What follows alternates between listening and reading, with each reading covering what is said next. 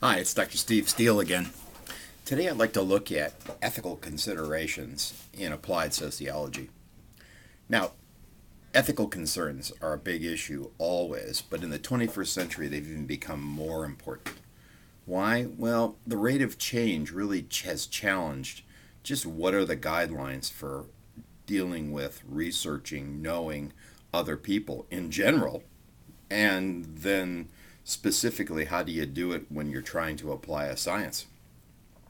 The rules for interaction have vastly changed since the internet, YouTube, Facebook, and a variety of other interacting systems have made it possible for us to watch and know a number of people. What are the basic guidelines then for doing this? I mean, what are the basic ethical baselines? Now, in this particular video, I'm not going to be able to look at the entire waterfront with regard to this. You'll probably need to go to the American Sociological Association's webpage and take a look at their ethical guidelines to really be thoroughly versed on this. Same thing could be said for looking at the Association for Applied and Clinical Sociology website. Both of those will give us some insight as to a more extensive view of ethical behavior when you're trying to apply sociology to a situation. But let me just focus on two basic ethical guidelines, or if you will, codes of behavior. First of all, sociologists and applied sociologists particularly, in an applied setting, don't want to lie about the results. Now, this is kind of an interesting issue because, as we'll see, the challenges of applied sociology are sometimes quite different than those of basic or theoretical sociology. And the second thing, and this is sometimes hard to do because it's sometimes not intended, but it pops up, you don't want to hurt anybody in the process of applying sociology to a social situation.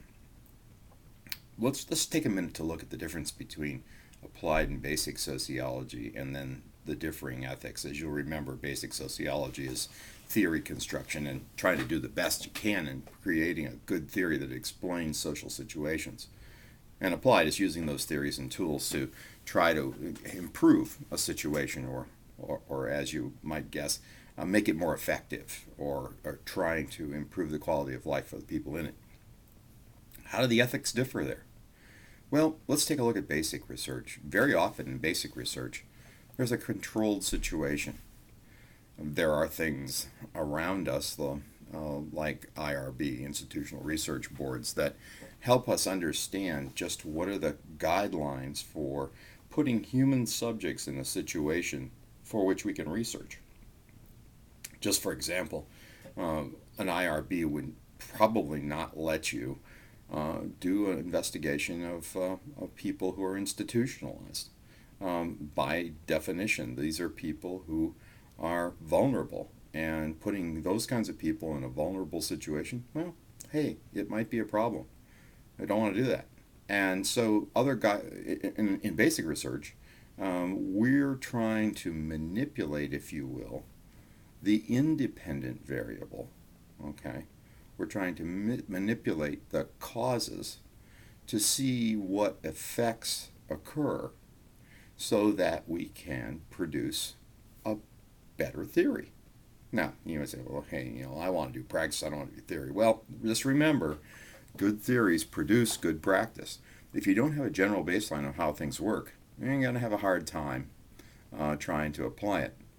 So, in the situation with regard to ethical concerns and codes of behavior, first of all, we don't want to harm anybody. But, if you're in a basic social situation, a basic research situation, you don't get to actually do it unless you can demonstrate right up front that you're not going to harm anybody. And your purpose ultimately is not necessarily to solve a real life social problem, but rather to deal with a theoretical problem, to better understand a theory. And There are guidelines. Certainly, you can't, you don't want to harm people there as well. You neither want to harm people nor do you want to lie about your results. There are guidelines for this. And, also, of course, you can't plagiarize somebody else's work, which is kind of like lying. You have to do original contributions to research to improve the quality of research and to try to emphasize and improve the theoretical backgrounds for the discipline. But what about an applied setting? Very often applied sociology and applied research in general, across all sciences, be it physics, chemistry, economics, whatever, often is done for a client. There is someone who needs to know something to improve his or her situation.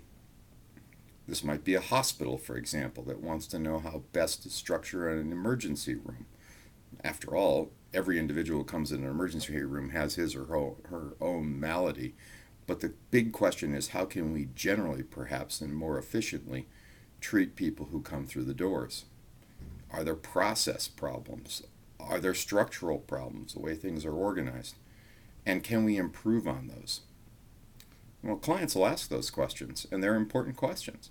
And an applied sociologist, a clinical sociologist, a public sociologist, a sociological practitioner, that is, can answer those questions, or at least help answer them for an individual or a client. The problem, of course, arises that there are a couple of things that we have to consider. First of all, are the clients ethical? And they may not really care about it, hurting people. Certainly in the example I gave in a hospital, you wouldn't expect that. Most of the time, hospitals are in place so that they can help people.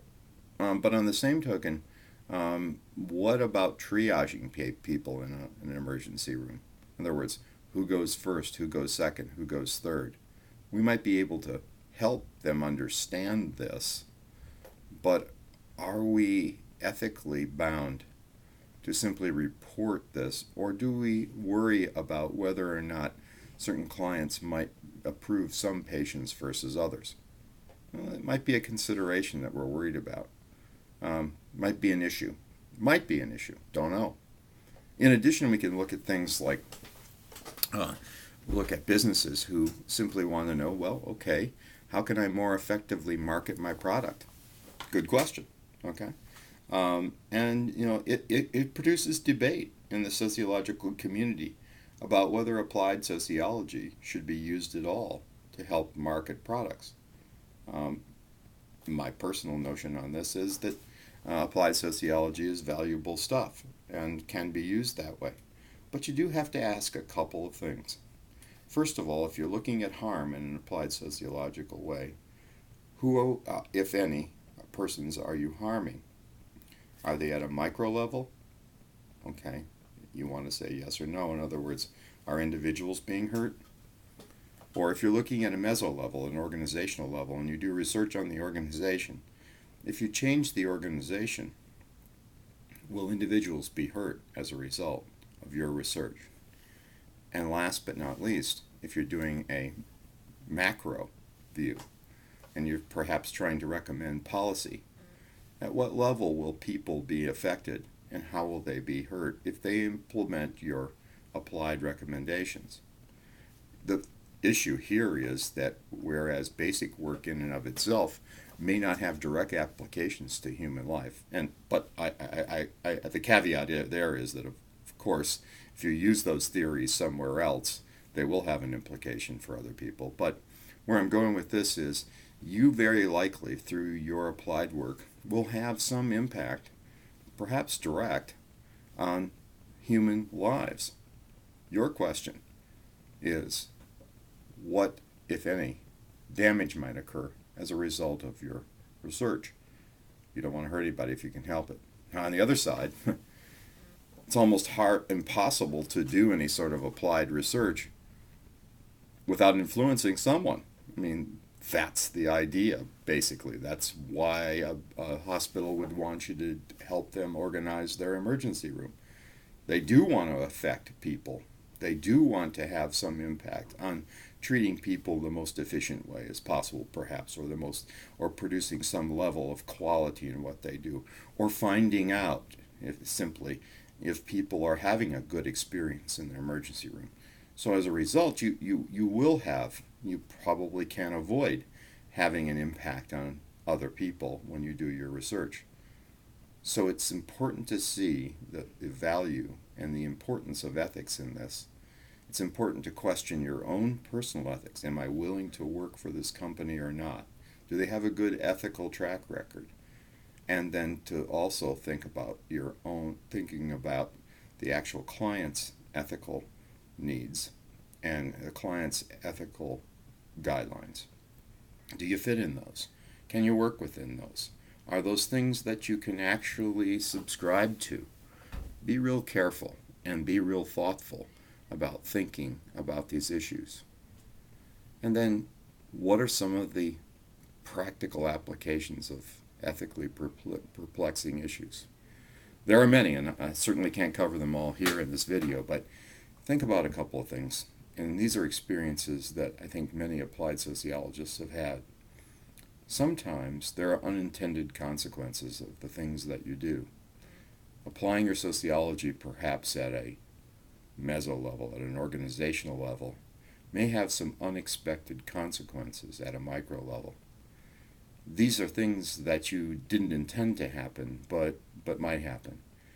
Or you hadn't thought about what would happen next after the implementation of a change that you might recommend.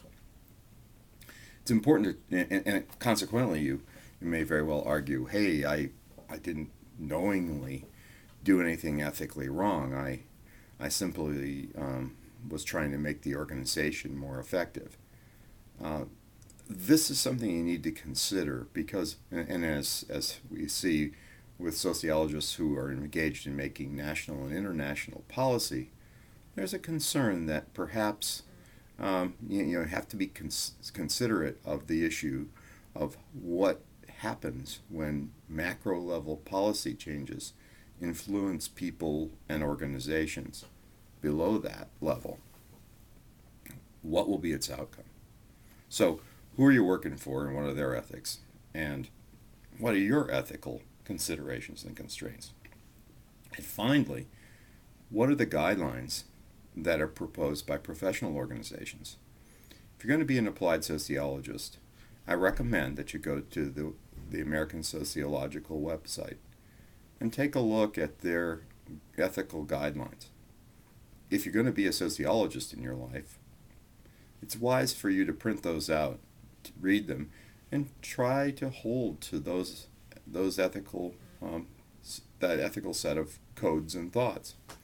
And the reason I suggest that is, in the absence of any ethical help from other people, those guidelines can be really useful to you. So I just want to make it clear that, hey, this particular video is hardly the end-all with ethical issues, but I just wanted to make you aware that there are ethical concerns when you start working with human beings in either your research or your applied work. Take care and have a good day.